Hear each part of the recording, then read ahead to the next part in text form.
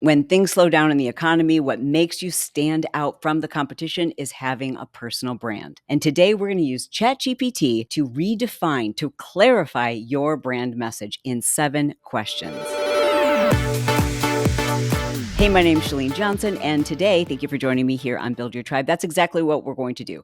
We're going to use ChatGPT and just 7 simple questions that will help you to better clarify what it is you stand for and how it is you stand out from the competition.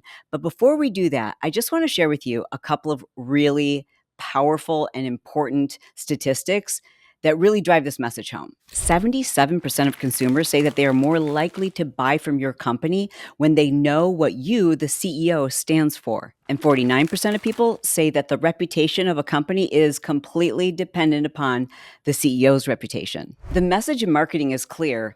We see the owners of the company, we see the person behind the brand as the brand itself. I mean, that's what brand is really all about, right? It's your reputation. But it's more than just what people think about you. It's also how you help people to think about you. So today, I want to help you clarify that by taking you through an exercise that I've gone through personally.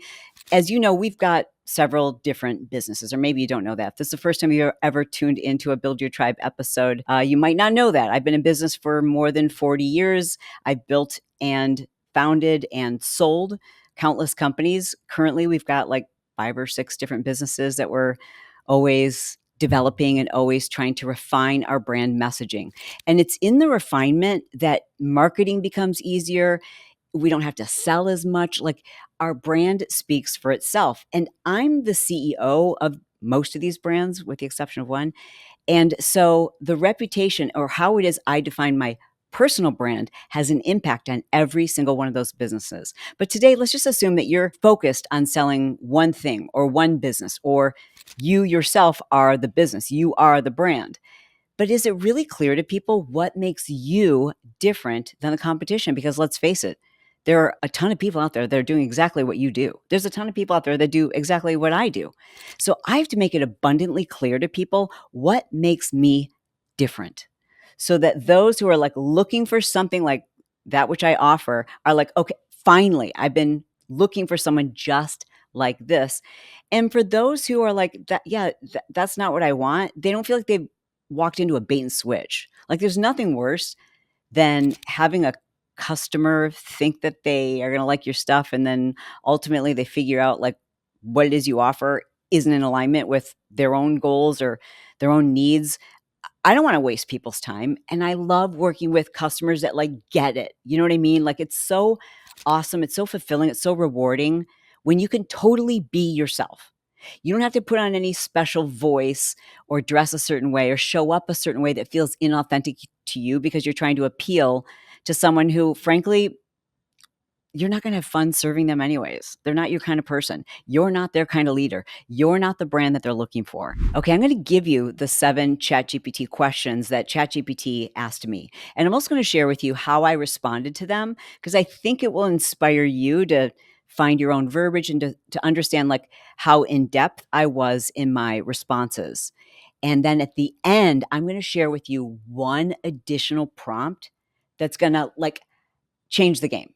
This is the prompt that makes all the difference in the world. But let's start with these first 7 questions.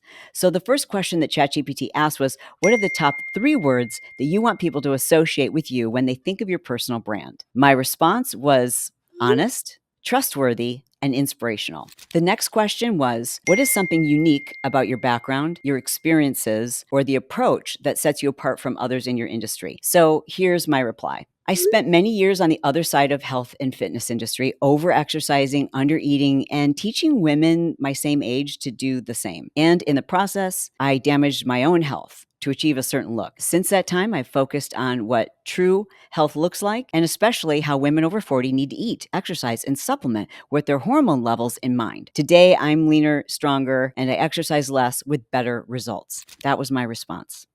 So I want to give you a moment to maybe copy and paste that ChatGPT prompt and to think about what your responses would be. The third question was, who exactly is your ideal audience? Their values, their lifestyles, their challenges. What problems are they trying to solve that you can uniquely address? Here's my response, and it's long. They are women in the age range of 40 to 60 who are struggling with symptoms related to hormone decline, but they don't realize it. They want to feel like themselves again. They want to be heard. They want to look amazing. They want to feel great and not experience the side effects of menopause that their mothers experienced. And that's a pretty detailed explanation. So again, notice that I talked about like what she's feeling, what it is she wants to achieve, what it is she's been through, what she doesn't want. Like the more detail you can give ChatGPT, the better. Speaking of how midlife women are expected to dress, I don't subscribe to any of those rules. I dress for me. Like I dress in outfits that I think are cute. And guess what? Do you want to see my entire outfit? I will show you my entire outfit. All you have to do is click the subscribe button. And if you're already subscribed, then don't worry about the subscribe button. But if you click the like button, automatically this video will cut to me walking on a runway in this outfit. Ready? Let's go. Light my fuse, set me on fire, striking a match on our lips, hot like June, cutting the wire, shutting the lights off in this room. Don't you feel it too? Heartbeat go like boom, boom, boom when I'm with you. One touch electric, two flying sparks. See, there I am. That's my outfit. See how that worked? All you had to do was subscribe and like, and boom, you got the full outfit. All right, enough fashion. Back to ChatGPT. The fourth question: what transformation or result do you want to help your audience, target audience? How will their life be different after working with you or consuming your content? Here's my response. They will feel fully informed, feel empowered with the latest academic research and science-based advice so that they can make fully informed decisions about their hormones. They will realize how much more fulfilling this season of their lives actually can be. Okay. And I love that ChatGPT is going to say, that's fantastic. This is a vision for transformation. Okay, next question. How do you want to communicate with your audience? What platforms do you want to use? Okay, so probably like me, my answer to that is I want to be on all the platforms.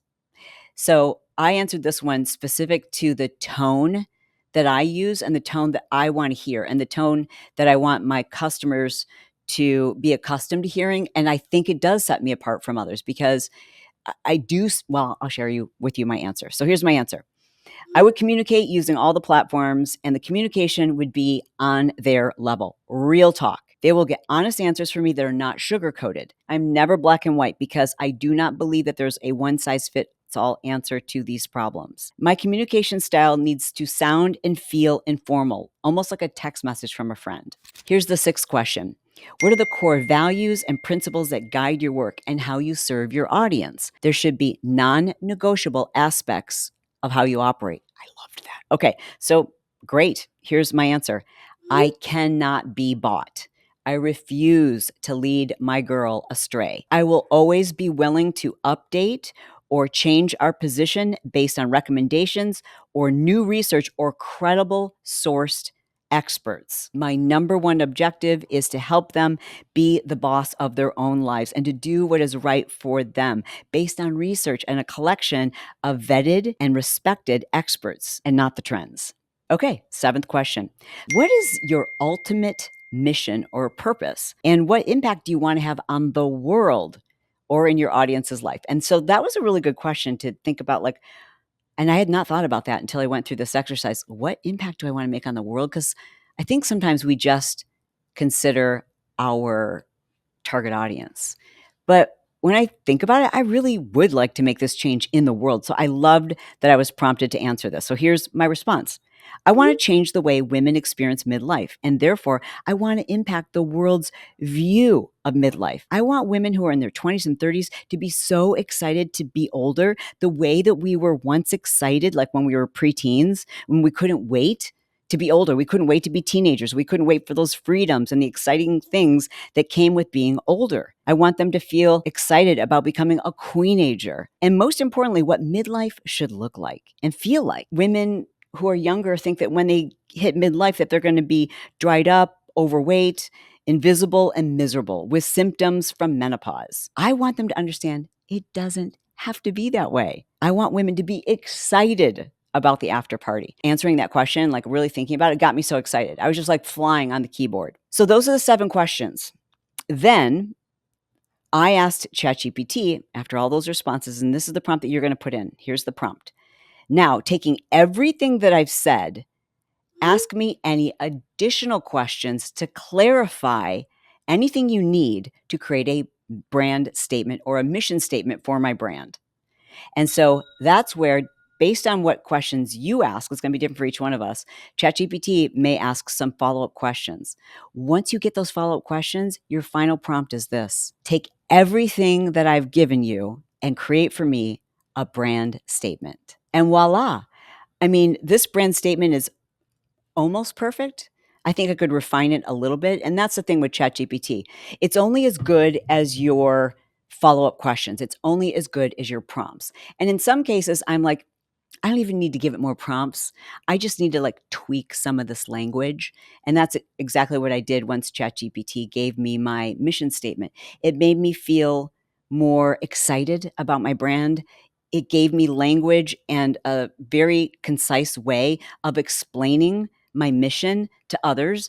This is something that I recently used we're working with a new branding expert, like to work on our colors and themes and all those things. And whether that's something you want to do, and I can do a follow-up video on that, like how to take your mission statement and now turn it into the visual side of your brand. But here's what I want you to know, especially if you're somebody who is in midlife, brands are looking for you. They can't find you unless you stand out. You've got to put yourself out there.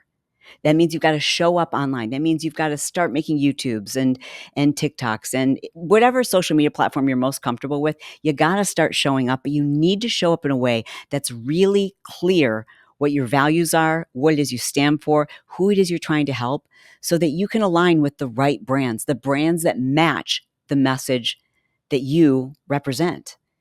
Doing this exercise has helped me to much more clearly identify what brands I want to work with. And it's also made it much easier for the brands that have reached out to me to realize, like, we're not in alignment. I'm not a good fit for you. This is not a partnership that's going to happen. So I encourage you to go through this process, and I encourage you to continue to refine your brand, like every probably 6 months, because as we change, so too does our brand. Like, our brands become more refined. We become more clear on what it is we stand for and who it is we want to help. Thanks so much for joining me here on Build Your Tribe. If you haven't already, please make sure that you're subscribed. Thank you for spending your time with me. It is my goal to be brief, to be bright, to make it fun, and then be done. We're done.